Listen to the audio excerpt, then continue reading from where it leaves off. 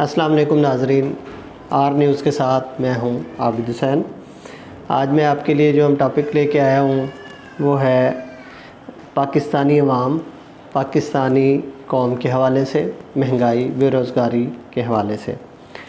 تو نئے آنے والے دوستوں سے گزارش ہے کہ میرے کو اس چینل کو سبسکرائب کریں اور بیل آئیکن کے بٹن پر بھی ضرور کلک کر دیں تاکہ اس طرح کی جو میری نئی آنے والی ویڈیوز ہیں وہ آپ تک آسانی سے پہنچ سکیں۔ تو آتے ہیں جناب ٹاپک کی طرف۔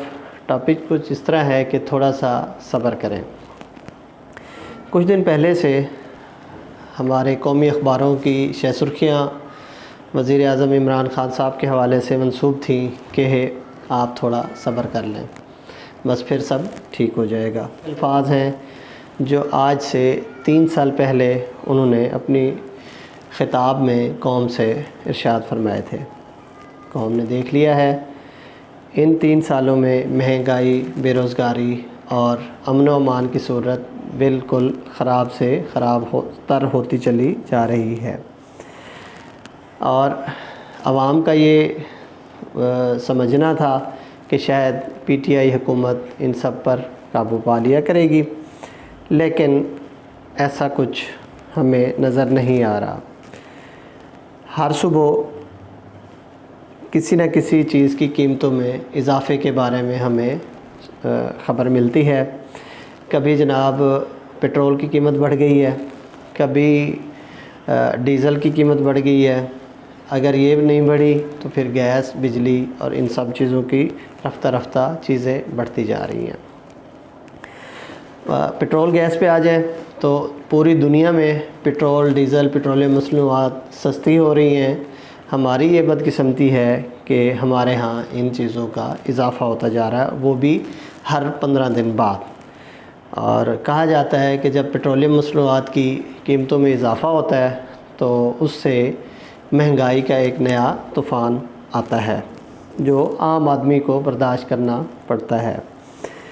ہمارا جو ڈالر ہے وہ 1 سال سے 160 162 روپے پہ رکا ہوا ہے، لیکن جو گورنمنٹ ہے وہ پیٹرولیم مصنوعات کی قیمتوں میں ہر 15 دن بعد 10-12 روپے کا اضافہ ہمیں سنا دیتی ہے، اور پھر ہر 15 دن بعد اس پہ 3-4 روپے اضافہ کر دیا جاتا ہے۔ پھر کوئی 1 ہفتہ گزرتا ہے تو اسی طرح گیس کی قیمتوں میں اضافہ ہو جاتا ہے۔ فیکٹریوں میں بندش کے باوجود 12 روپے کا اضافہ کسی صورت بھی قبول نہیں ہوتا، لیکن کر دیا جاتا ہے۔ قومی اسمبلی اور سینٹ کے ممبروں کی تنخواہیں 35 ارب 54 کروڑ روپے کا خرچ آتا ہے۔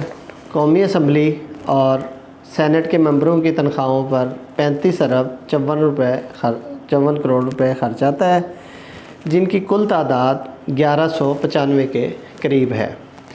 اس کے علاوہ صوبائی اسمبلیوں کے وزراء کی تنخواہیں بھی 15 ارب سے تقریباً زیادہ ہیں۔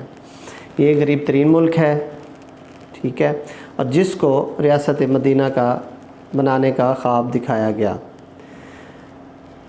تمام میڈیا پر حزب اختلاف کے لوگوں کے خلاف ایک کا نام لے کر مہذب وزراء غیر مہذب زبان کا استعمال کر کے وزیر اعظم کو خوش کرنے پر اپنی توانائیاں خرچ کرتے ہوئے نظر آتے ہیں۔ باقی آٹا، چینی، پیٹرول مہنگا کرنے میں لگے ہوئے ہیں۔ اوپر سے سینٹ کے الیکشن آنے کو ہیں۔ پی ٹی آئی گورنمنٹ کے دور میں روزویلٹ ہوٹل، جو ناظرین روزویلٹ وہ ہوٹل ہے جو امریکہ میں سب سے مہنگا اور سب سے خوبصورت ترین پاکستان کا اثاثہ ہے، لیکن ہماری اس پی ٹی آئی حکومت میں آ کے اس کو روزویلٹ ہوٹل ضبط ہو گیا ہے۔ اسٹیل مل بکنے والی ہے۔ ناظرین یہ میں حالات آپ کو بتا رہا ہوں کہ ہمارے اس دور میں کیا حالات چل رہے ہیں۔ براڈ شیٹ کو پیسے دینے ہیں، یہ بھی پی ٹی آئی کے دور میں ہے، اور پی آئی اے کا جہاز دیکھیں ناظرین کتنی ہماری جگہ سائی ہو رہی ہے دنیا میں کہ ایک ہمارا قومی ادارہ اس کا ایک جہاز ضبط ہو گیا۔ بلوچستان میں جائیں تو اگر ریکارڈک گولڈ کا جھگڑا چل رہا ہے، جو کل تک مشرف، زرداری اور نواز شریف کی حکومتوں میں وزراء صاحبان کی قطار تھی، وہ آج پی ٹی آئی حکومت میں شامل ہو کر اقتدار کے مزے لے رہے ہیں اور عمران خان صاحب سے وفاداری کا ناٹک رچا رہے ہیں اور وزیر اعظم صاحب کو بے وقوف بنانے کی کوشش میں لگے ہوئے ہیں۔ جناب، اب 2 سال اور کچھ مہینے باقی ہیں۔ عوام جو ہے عمران خان صاحب کی کارکردگی سے غیر مطمئن ہوتے جا رہے ہیں، کیونکہ دو سال کچھ مہینے باقی ہیں گورنمنٹ کے، تو جو عوام ہے وہ مہنگائی، بے روزگاری اور اس سے بہت ناخوش ہیں، دور ہوتے جا رہے ہیں۔ غالباً ان کی تھپکی سے مولانا فضل الرحمان نے اپنی توپوں کا رخ بھی اسٹیبلشمنٹ سے ہٹا کر صرف عمران خان اور ان کی حکومت کی طرف کر دیا ہے۔ آصف علی زرداری اور شہباز شریف کی پالیسیوں کی حمایت شروع کر دی گئی ہے اور نواز شریف کو تنہا چھوڑنے کی تیاریاں بھی شروع کر دی گئی ہیں۔ اس سینٹ کے الیکشن میں ضرور اس کی جھلک نظر آئے گی، جس کی ایک مثال آصف علی زرداری کی طبی بنیادوں پر اسلام آباد ہائی کورٹ نے ضمانت منظور کر لی ہے اور نیب نے ان کی مخالفت نہیں کی۔ 3 سالوں کی بے روزگاری سے جے یو آئی کی ٹیم بھی پہلی مرتبہ 2 بڑے گروپس میں تقسیم ہو چکی ہے۔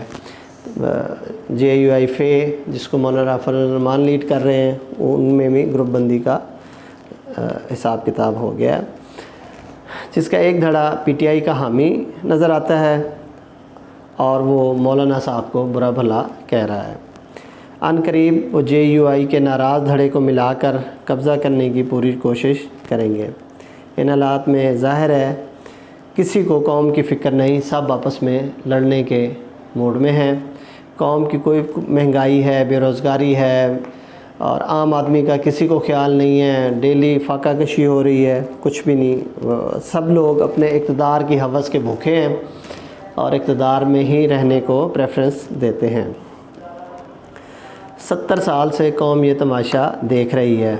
عمران خان صاحب آخری خواب تھا جو صرف 3 سال میں چور چور ہو چکا ہے اور اب ہر عوام کا، چھوٹے سے لے کے بڑے تک، بچے سے لے کے بوڑھے تک، سب کا پیمانہ لبریز ہو چکا ہے، مگر آگے بھی کوئی مخلص لیڈر ہمیں نظر نہیں آ رہا جس کو ووٹ کا حق دیا جا سکے۔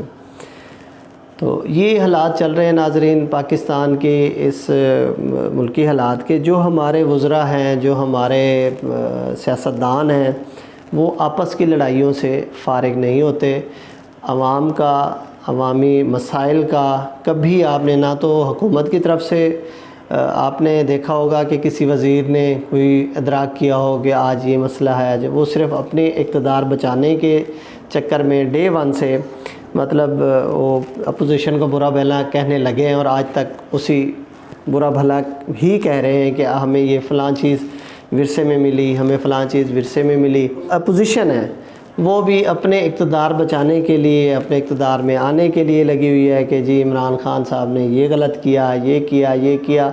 پاکستانی عوام کا، پاکستانی جو 22 کروڑ عوام ہے، اس کے بارے میں کسی کا کوئی زور چلتا ہوا یا کوئی کسی کی وہ نظر نہیں آ رہی۔ تو ناظرین، امید ہے آپ کو یہ میری ویڈیو پسند آئے گی ہوگی اور آئندہ بھی انشاءاللہ آپ سے اس طرح کی ویڈیوز کے ساتھ حاضر ہوتا رہوں گا۔ Thank you.